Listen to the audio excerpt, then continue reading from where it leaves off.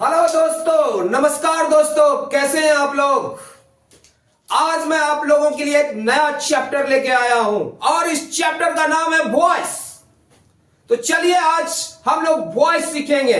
Voice सीखना कुछ भी नहीं है, आप लोग बहुत ही आसानी से चुटकी में सीख लेंगे। लेकिन इसके पहले मैं आप लोगों को 2-3-4 बातें बताना चाहूंगा, क्योंकि वॉइस सीखने से पहले आपको टेंस की जानकारी रखनी पड़ेगी। अगर टेंस नहीं आता, आपका कॉन्सेप्ट क्लियर नहीं है, तो ये सीखने में काफी परेशानी होगी आपको। वॉइस सीखने से पहले आपको डिफरेंट वर्ब्स फॉर्म के बारे में भी जानकारी रखनी होगी। V1, V2, V3, V4, V5 के बारे में आपको जानकारी रखनी होगी। इसके अलावा वर्ब के बारे में और भी जानकारी रखनी होगी। ट्रांजिटिव वर्ब क्या होता है, इंट्रांजिटिव वर्ब क्या होता है, इसके बारे में भी थोड़ी जानकारी रखनी होगी। ये बैकग्राउंड अगर थोड़ा सा है क्लियर तो आप वॉइस समझ सकते हैं। यूं ही मैं बता दूं कि आप ऐसे ही समझ जाओगे। ऐसे कैसे समझोगे यार, जब तक आपको स्ट्रक्चर मालूम नहीं है। टेंस बेस्ड अगर बन रहा है तो टेंस तो पहले पता होनी चाहिए ना। हमें ABCD नहीं आती है और मैं चला वर्ड बनाने, मैं चला सेंटेंस लिखने, कैसे सेंटेंस फॉर्म कर पाएंगे।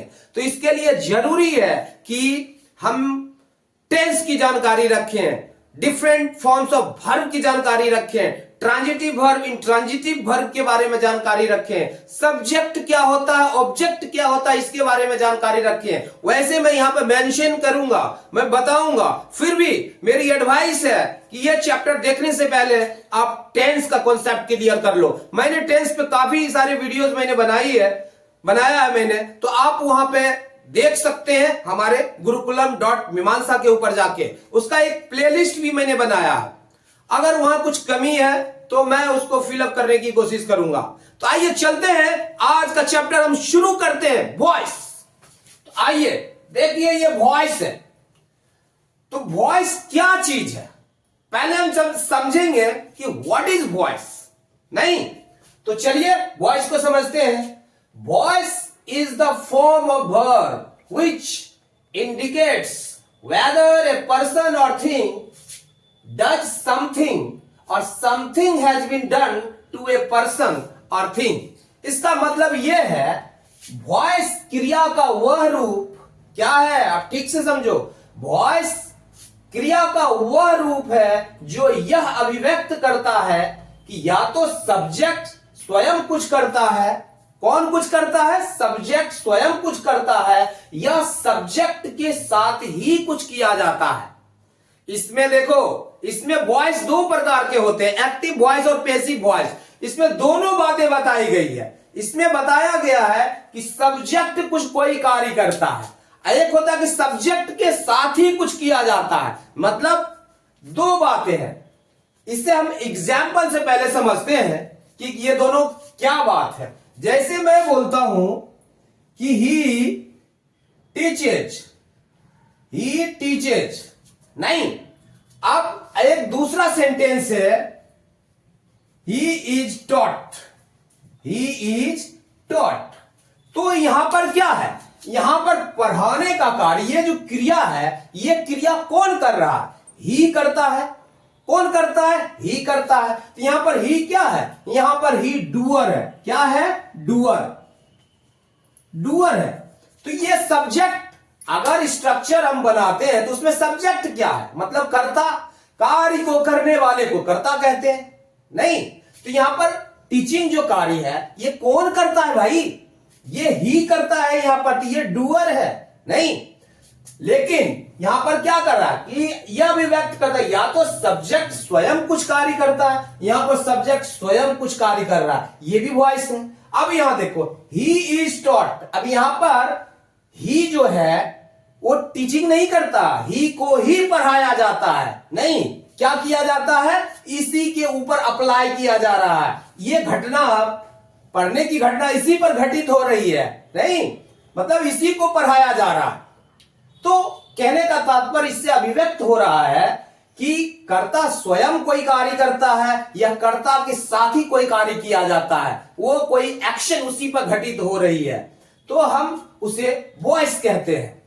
इसे और भी आगे हम लोग क्लियर समझेंगे कई प्रकार से। एग्जाम्पल्स हम इसे समझने की कोशिश करते हैं, यहां पर क्या चीज होता है। तो आप पता है कि दो प्रकार के वॉइस होते हैं जनरली, नहीं, एक्टिव वॉइस और दूसरा होता है पैसिव वॉइस। एक्टिव वॉइस और दूसरा होता है पैसिव वॉइस। नहीं, अब हम यहां पर समझेंगे, एग्जाम्पल से देखते हैं कि एक्टिव क्या चीज होती है और पैसिव क्या चीज होती है। जैसे आपने देखता है, आप देखते हो कि Ram eats a mango, Ram eats a mango, नहीं, और यहां पर आप देखते हो a mango is eaten by Ram. यहां पर दो चीजें हैं, नहीं, यहां पर कि Ram eats a mango, correct. तो राम इट्स ए मैंगो में क्या हो रहा है कि राम एक आम को खाता है, ठीक है। दूसरे में क्या, एक आम राम के द्वारा खाया जाता है, यह भी क्लियर है। तो यहां पर हम कैसे बनाते हैं, एक्टिव वॉइस इसे क्यों कहते हैं और पैसिव वॉइस क्यों कहते हैं, तो हमें यह जानना जरूरी है कि एक्टिव वॉइस क्या होता है और पैसिव वॉइस क्या होता है।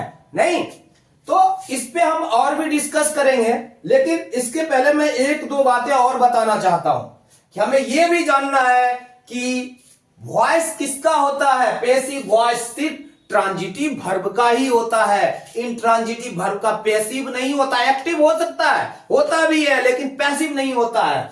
वॉइस वर्ब का ही होता है। तो भैया क्या है, सेंटेंस क्या है, कहता है वॉइस वर्ब का ही होता है। हम यहां पर पढ़ते हैं voice is the form of verb. Voice क्या है, क्रिया का एक रूप है। कैसा रूप है भाई क्रिया का, ये क्या करता है ये, तो कहता वॉइस वर्ब का ही होता है। लेकिन सेंटेंस क्या है फिर, कहता जब वॉइस क्रिया, जब वर्ब का रूप एक्टिव वॉइस में, अगर एक्टिव वॉइस की तरह यूज किया गया हो किसी सेंटेंस में, जब वर्ब एक्टिव वॉइस की तरह किसी सेंटेंस में यूज किया जाता है तो पूरा का पूरा सेंटेंस एक्टिव वॉइस कहलाता है। नहीं, जैसे आपने देखा यहां पर राम इट्स ए मैंगो, नहीं, और यहां पर क्या है, जब क्रिया को पैसिव की तरह यूज किया जाता है तो पूरा का पूरा स्ट्रक्चर जो है पैसिव वॉइस के अंतर्गत आता है। वो पैसिव वॉइस, पूरा सेंटेंस ही पैसिव वॉइस में समझा जाता है या माना जाता है। नहीं, तो हमारा कहने का तात्पर्य है कि अब इसमें हम बेसिक डिफरेंस समझते हैं कि एक्टिव क्या होता है, पैसिव क्या होता है। दो बातें आपको याद रखनी है।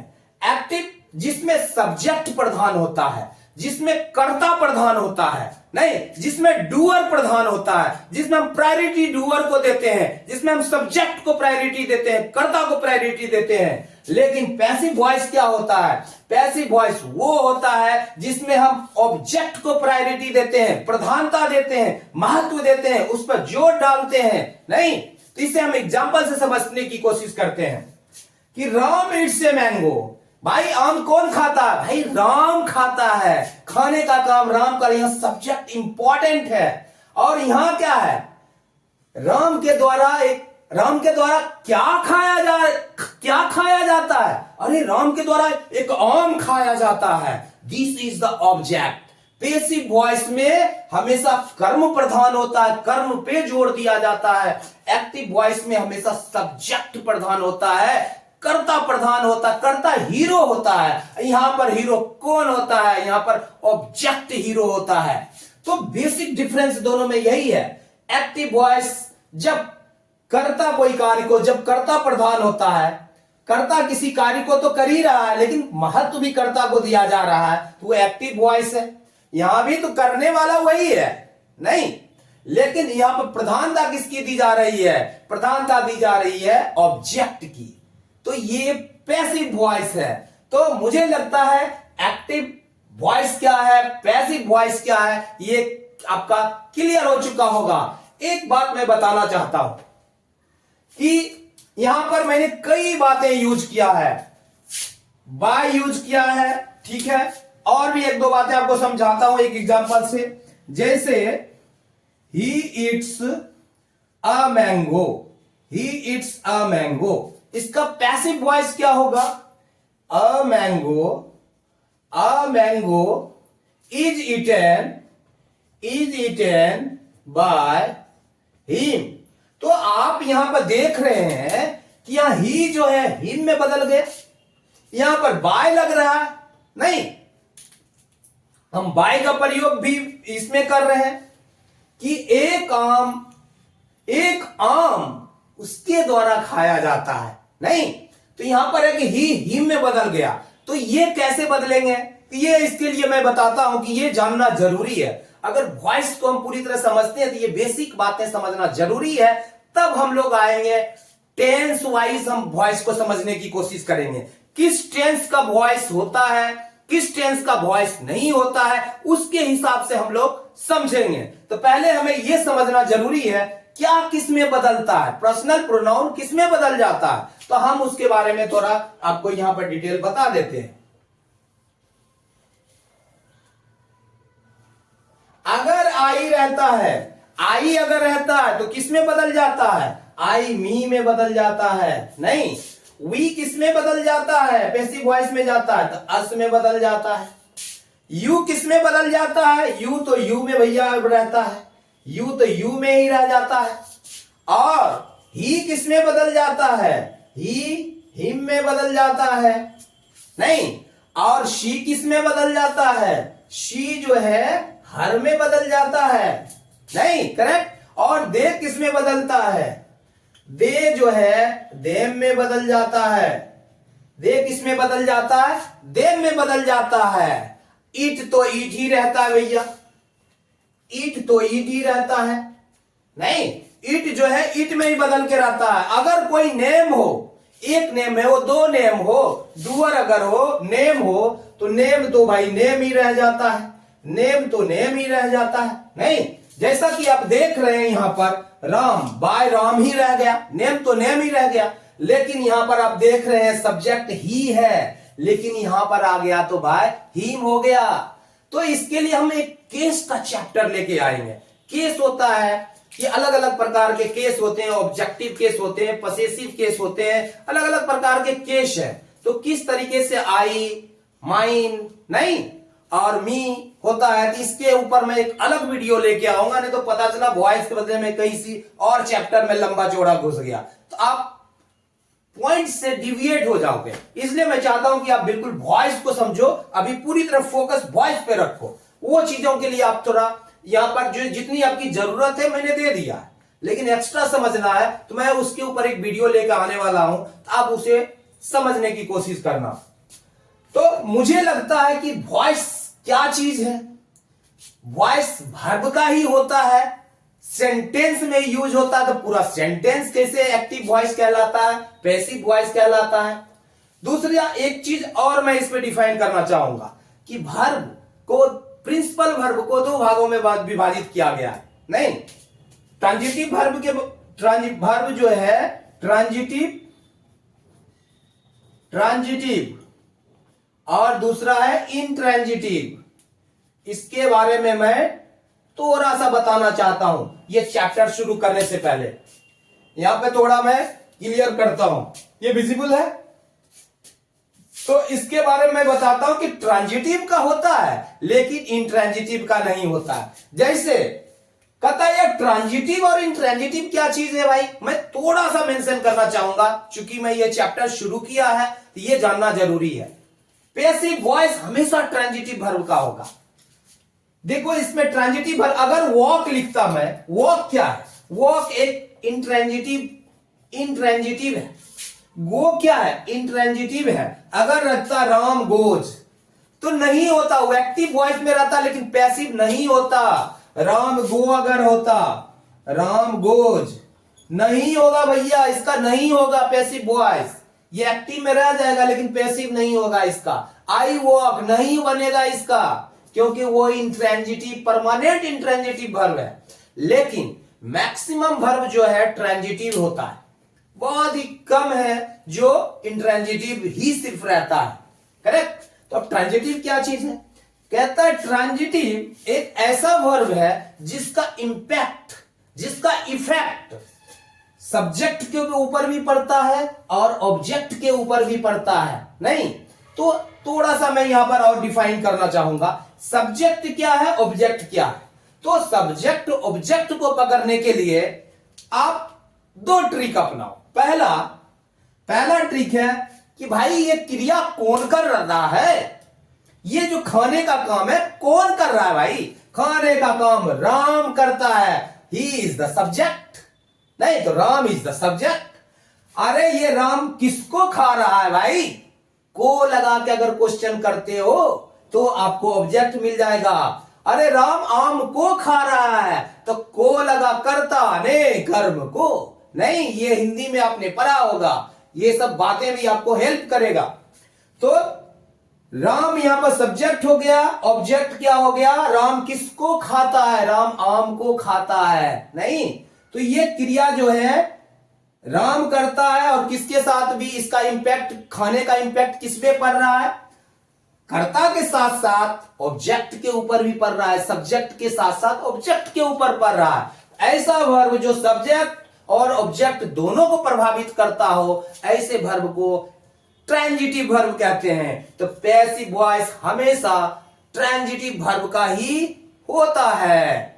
समझ गए? मुझे लगता है कि ये पूरा का पूरा कॉन्सेप्ट आपका क्लियर हो चुका होगा। हम इसे अब पार्ट वाइज, हम टेंस वाइज इसे समझने की कोशिश करेंगे। तो वॉइस को टेंस वाइज समझने के लिए हमारे अगले वीडियो को आप जरूर देखें। और एक दूसरी बात, अगर आपने हमारे चैनल को गुरुकुलम.मीमांसा को सब्सक्राइब नहीं किया है, लाइक नहीं किया है, तो जल्दी से जल्दी आप सब्सक्राइब कर लो, लाइक कर लो, ताकि आपकी घंटी बजती रहे और आपको जानकारी मिलती रहे। तो चलिए आप हमारे अगले वीडियो को देखिए वॉइस को टेंस वाइज समझने के लिए। धन्यवाद।